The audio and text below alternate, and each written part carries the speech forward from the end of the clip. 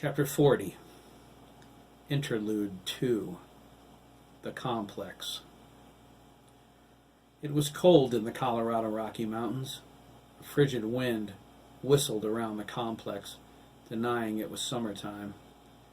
Dr. Stubbs thought it came down from Canada. She didn't hear the wind, but she saw its effects through the glass lattice in the greenhouse. She swore she could feel it blowing through her, as chilled as she was. Dr. Stubbs was the agency-employed geneticist assigned to the Wolf Boys. She was from Florida. 40 degrees was Arctic for her. She thought her chill could be fatigue.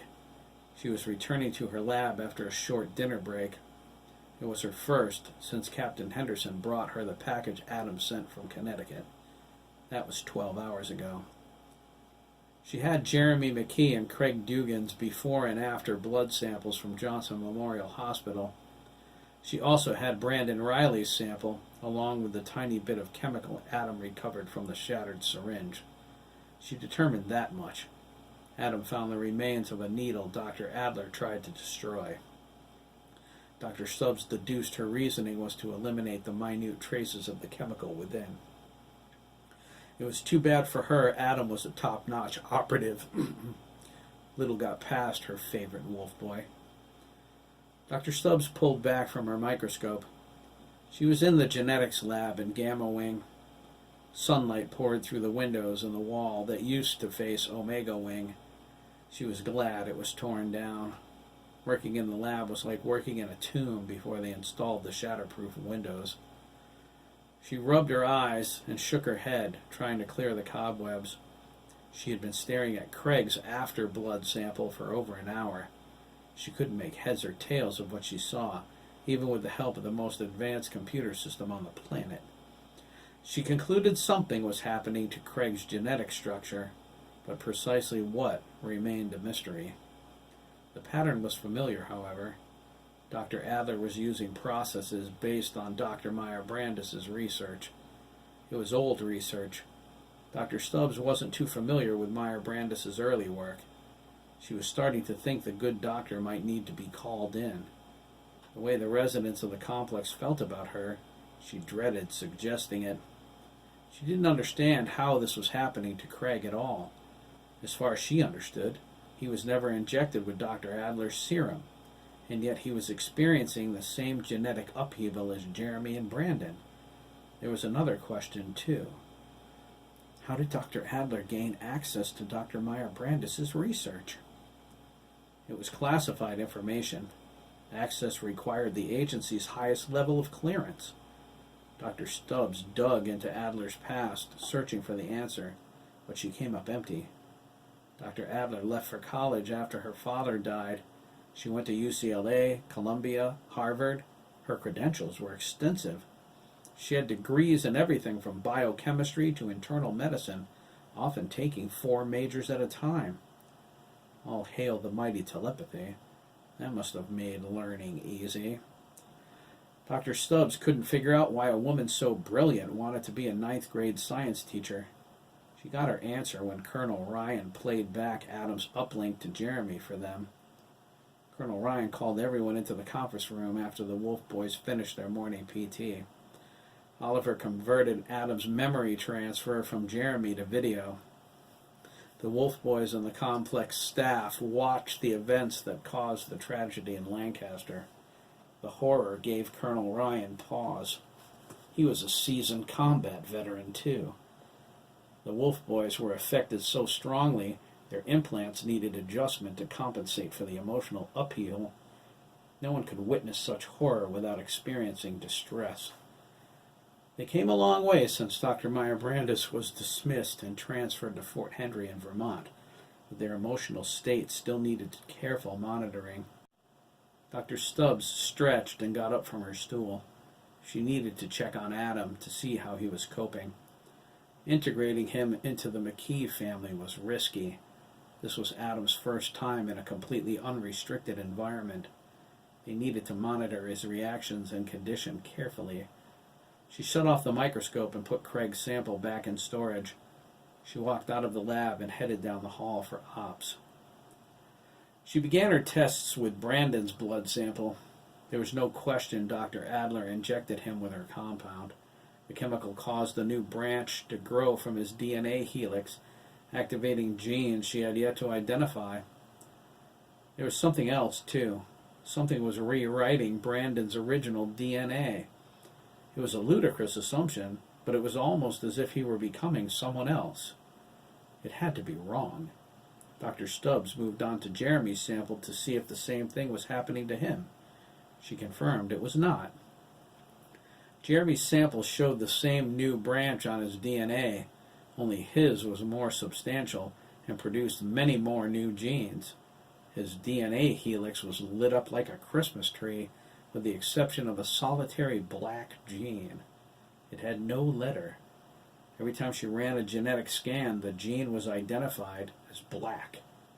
Wolfboy God could offer no explanation. Each activated gene burst with power that was growing stronger, even though it was outside of his body. At one point, she destroyed a small spot of his blood to confirm she could. It regenerated in a matter of seconds, whole and unblemished. Dr. Stubbs was amazed and concerned all at the same time. The implications were astounding. She needed to do more tests before she could be sure, but she suspected Jeremy's self-healing ability might be so extreme as to prevent him from aging. Regenerative immortality, Dr. Stubbs whispered. She felt a renewed chill. She moved on to the sample of the compound. It was mutagenic, for sure, yet it defied examination. There was a high concentration of living brain cells in the liquid from multiple genetic donors, all male. There were trace amounts of adrenaline, testosterone, estrogen, incorporated in a soup of biological matter, some of which remained unidentified. She added a tiny amount of the compound to a small sample of her blood. The mixture immediately triggered the chemical reaction that activated the same new genes as she found in Brandon's sample. However, it did not cause a rewriting of her DNA. That was all she was able to determine. The reaction became unstable, and her blood sample disintegrated. She was frightened and intrigued at the same time. She wondered what would happen if she injected the compound. She decided not to try. She speculated there was an outside factor causing Brandon's alteration, not the compound. She had no idea what that factor was. Dr. Stubbs saved Craig's sample for last.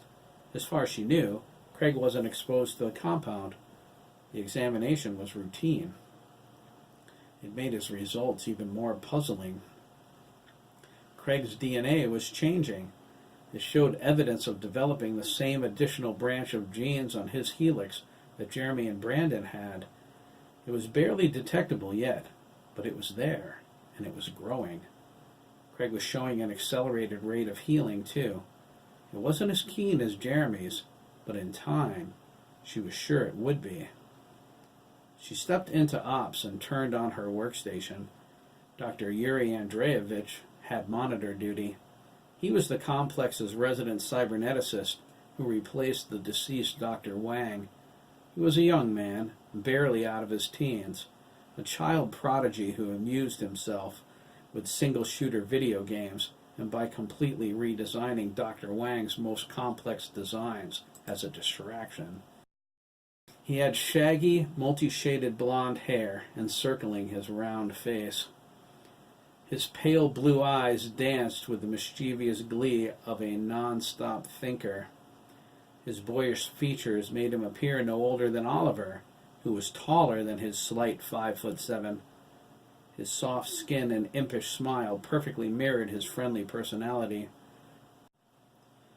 He usually bit his nails, constantly to Dr. Stubbs' chagrin, but right now he was nibbling the end of a pencil. He wore ragged blue jeans, a Spider-Man t-shirt, and brand new Converse All-Stars. His lab coat bore a coffee stain on the left cuff. He was watching his monitor closely. He had two windows open. One was the transmission from Adam. The other was Adam's diagnostics. Dr. Yuri, as he insisted they call him, carefully observed Adam's responses. Dr. Stubbs was glad. They loved their wolf boys. Protecting them was their number one priority. Dr. Stubbs examined Adam's data. She was happy with the results and said so. "This data is encouraging," Dr. Stubbs said. She noticed an adrenaline surge. "What's this peak?" she asked. "Ghosts!" Dr. Urey exclaimed, his Russian accent strong. "Ghosts?" Dr. Stubbs asked. "What are you talking about, Urey?" He pointed at the monitor with his pencil. "Can you see the distorted figures Adam sees in the background?" Dr. Stubbs looked closely. There were 3 of them, a man, a teenager, and a little boy. She was puzzled. Everyone else in the room came through clear with confirmed vital signs. Only those 3 were showing with distortions, and they had no vitals. They appeared hazy and slightly out of focus. "Is there something wrong with Adam's optical array?" Dr. Stubbs asked, attempting to adjust the monitor's focus. It didn't help. "Nothing at all," Dr. Urey said. He nodded seriously. "I wasn't pulling on your leg, Doctor. Those are ghosts." Dr. Stubbs crossed her arms and straightened up. "Urey, give me a break. And it's pulling my leg, not pulling on my leg." Dr. Urey rolled his eyes. "See the little albino boy?" "Mickey," Dr. Stubbs nodded. "He's the sensitive, right?" "Da. It seems he perceives energy in different ways than we do. He can pick up the individual frequencies broadcast by disembodied spirits." Dr. Stubbs raised an eyebrow. Dr. Urey elaborated. "Everyone in the room can see the ghosts because Mickey gave Jeremy their frequency. Jeremy, in a sense, taught their brains how to detect it. They can't see every ghost, only the ones they've been taught to see, but Mickey can see them all." He shook his head. "He is a fascinating child." "How does that explain Adam's adrenaline surge?" Dr. Stubbs asked. "Jeremy communicates with Adam through Wolf Boy 7, correct?" Dr. Urey asked. "That's right," she replied. "So?" "He taught the onboard unit the frequency. And Viola! Ghosts!" Dr. Stubbs leaned into the monitor. "It's voila, not viola. Viola is a musical instrument." "Those are dead people?" "Da," Dr. Urey confirmed. "Real dead." Dr. Stubbs whispered, "Incredible." "It is indeed. I never believed in ghosts." "Me neither," she agreed. "This calls for additional study." She asked, "What about the funeral? How did Adam handle it?" Dr. Urey said, "He wept." He was amazed. "Our stoic and grumpy Adam Fields is truly sensitive at heart. This experience is humanizing him, for lack of a better word." There was no significant change in his interface with Wolf Boy 7, which is good. Adam is adjusting quite nicely. He nibbled on his pencil again. "He is reacting to the McKee clan the same way he's reacted only with Oliver or Agent Danziger. They have to be some incredible people to affect him so deeply." "The McKee clan?" Dr. Urey shrugged. "That is what people are starting to call them." "Is the meeting over?" Dr. Stubbs asked. The people on the monitor didn't seem involved in any serious discussions. "It has not started," Dr. Urey replied. "One of the ghosts is a relative of the Dugans, Craig's grandfather. When he and his uncle saw him, they fainted." He chuckled. "It was rather comical." "Let me know if anything extreme happens with Adam," Dr. Stubbs said. "I'm going to the conference room." "I will be here," Dr. Urey assured her. "You always are," Dr. Stubbs thought. She stepped into the hallway and headed toward Alpha Wing. Dr. Urey exceeded all of their expectations when he joined the team. Not only was he a brilliant scientist, but his theories were groundbreaking. Scientists of his caliber were often cold and insensitive, They were full of themselves and mistreated the people around them. Dr. Yuri was the opposite. He was a child prodigy taken away from his family by the Russian government. He grew up in a loveless atmosphere of constant study, taught by the greatest minds in Russia. Dr. Yuri exceeded them all. When they discontinued the program he was in, he was freed. The Russian government assumed he would enter the private sector, and his advances in technology would help their economy. They underestimated him. Dr. Yuri needed something more than mere wealth could give him. He needed a purpose. The agency sent conceptual tests around the world looking for Dr. Wang's replacement. One found its way into his mailbox. He was unemployed as a scientist and living with his parents. He made up for lost time, spending his freedom working in the factory with his father.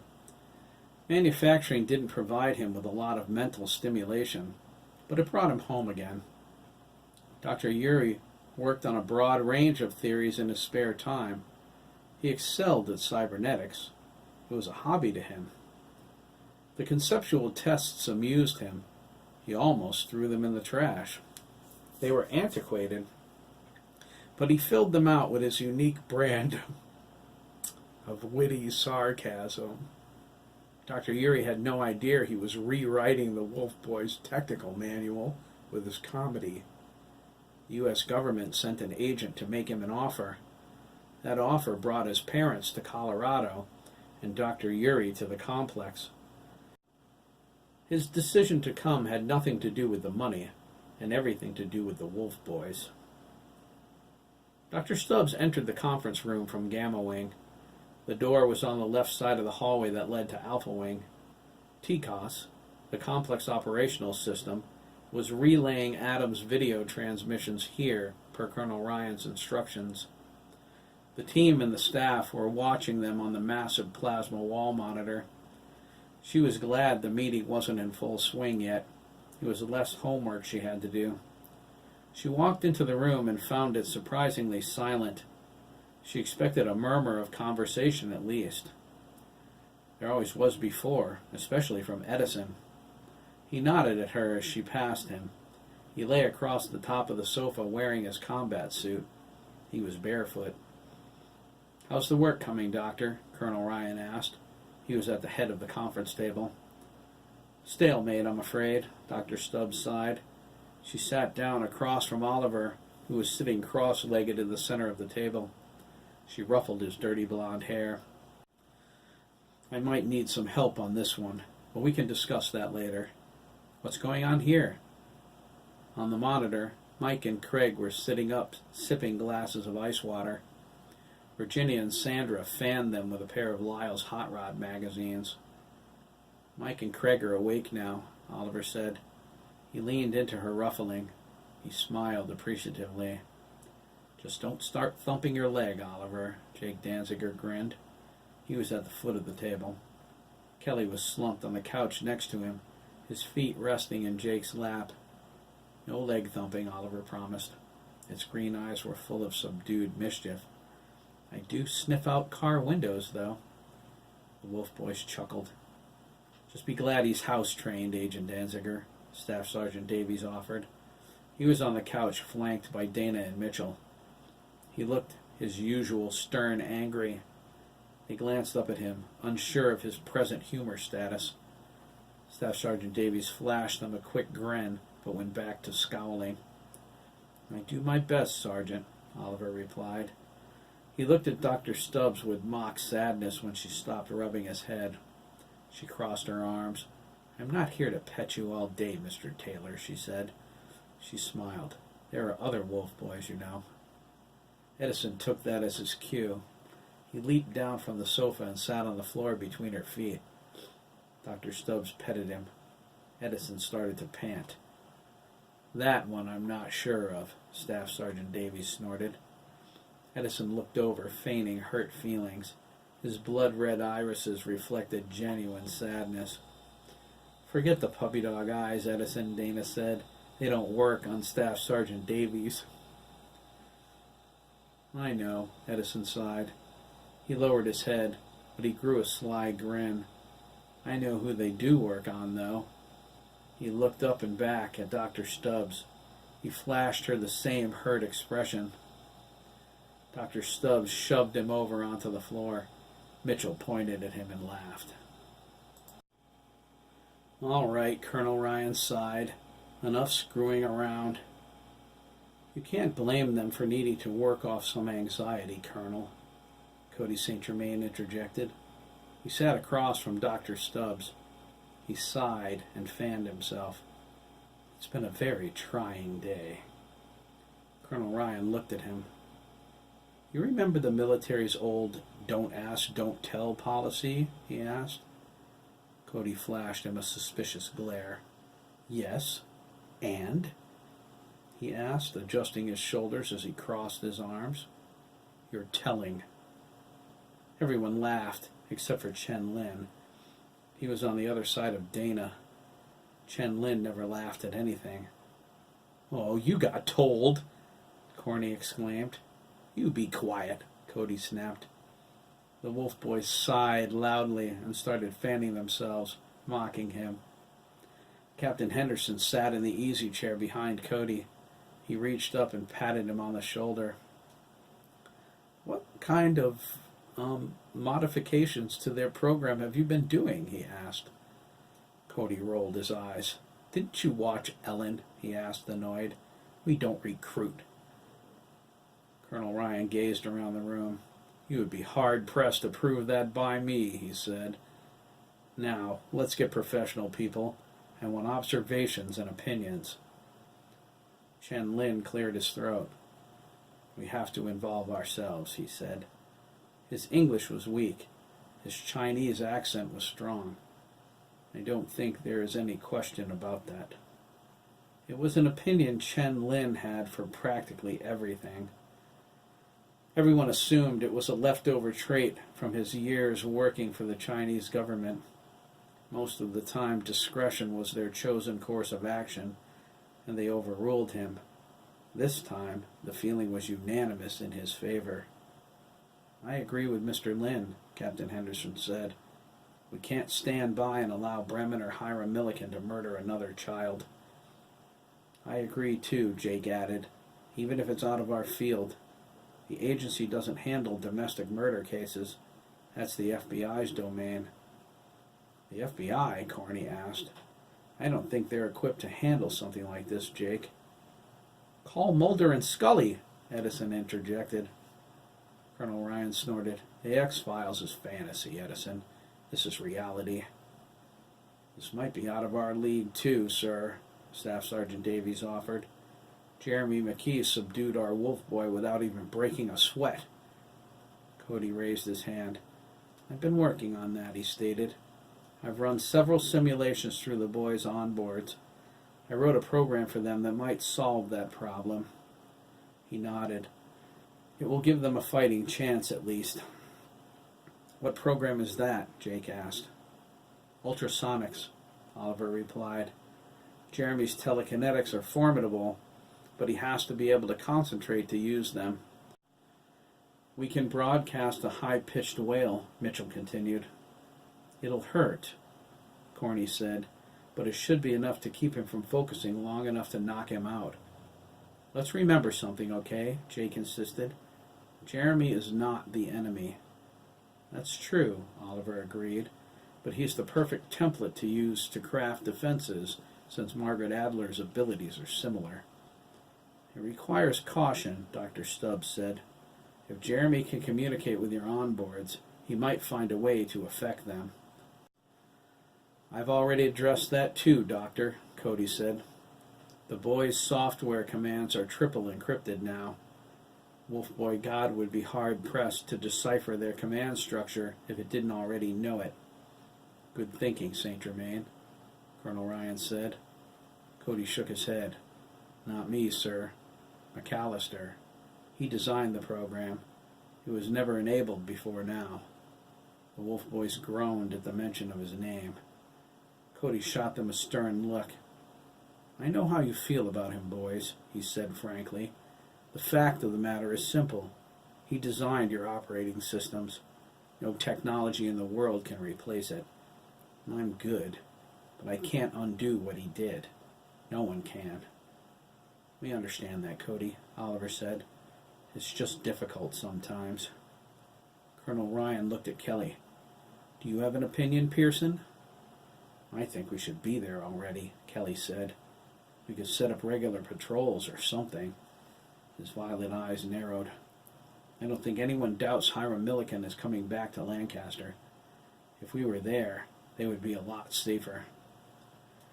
Jake shook his head. Even we can't secure an entire town by ourselves, Kelly. We're on standby for deployment to Lancaster. We can be there in a matter of hours.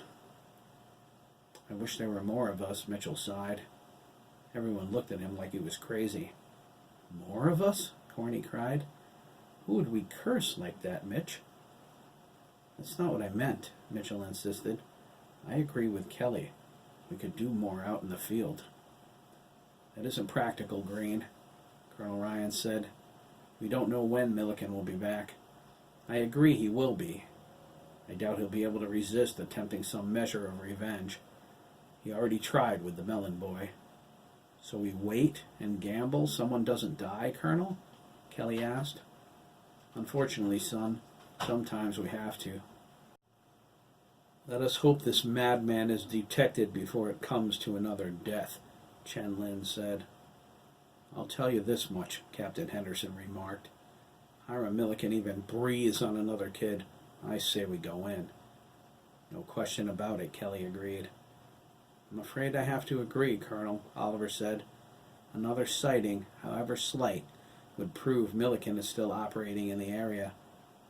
Does anyone disagree? Colonel Ryan asked. They were all silent. We'll stay on alert then. No one leaves the complex. Adam needs to check out the computer system at the Adler house, Dr. Stubbs said. I have no doubt she managed to commandeer Dr. Meyer Brandis' research somehow, but it's old stuff. I would say some of the processes involved date back to the Omega Wolves project. We haven't gone through the data from that period yet, so we don't know for sure. She would know, Oliver said. She never forgets anything. I'm aware of that, Oliver, Dr. Stubbs said. I hesitate to involve her. The last thing we need to express to the high and mighty Meyer Brandis is that we need her for anything. I'm totally against that, Jake insisted, under any circumstances. Dr. Stubbs looked at him. I appreciate your feelings, Agent Danziger, she said, and I share your outrage at what she's done, but there are lives in the balance. Jeremy's power continues to grow without an end in sight. If we don't find a way to arrest it, Jeremy could become the strongest force on the planet with absolute power. It will corrupt him. It's inevitable. Dr. Meyer Brandis might be the only one who can help him. If that becomes the case, we'll have no choice. Tom Granger would have recruited Jeremy, Corny said, or just sanctioned him. We won't let that happen, Corny, Oliver said.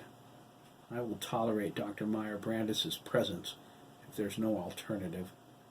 We can't sit idly by and allow Jeremy to become a monster because we fear a different monster. He nodded. It is fear, you know. She scares the crap out of me. God, I'm going to hate that, Kelly mumbled. Director Dubois would have to approve something like that, Colonel Ryan said. He looked at Dr. Stubbs. Put your findings in an email, Doctor, along with your recommendations. Include the Wolf Boy's feelings and submit them to the director. It's her call. We'll go by whatever she decides. The room became quiet. Everyone focused on the TV screen. Mike Dugan was on his feet, hugging his father's ghost. It was an emotional moment they felt embarrassed witnessing. The people were taking their seats once more. Esmeralda explained Jeremy's intentions. He possessed the knowledge of how everything started. Old Ted Collins held some pieces too. Jeremy would attempt to put it all together. He asked for a little time to prepare. The information locked in his mind needed organizing. It wasn't easy. The images were horrifying and filled with Bremen's insane evil. Bremen's insane too? Dana asked. I thought he was just another Dr. Meyer Brandis.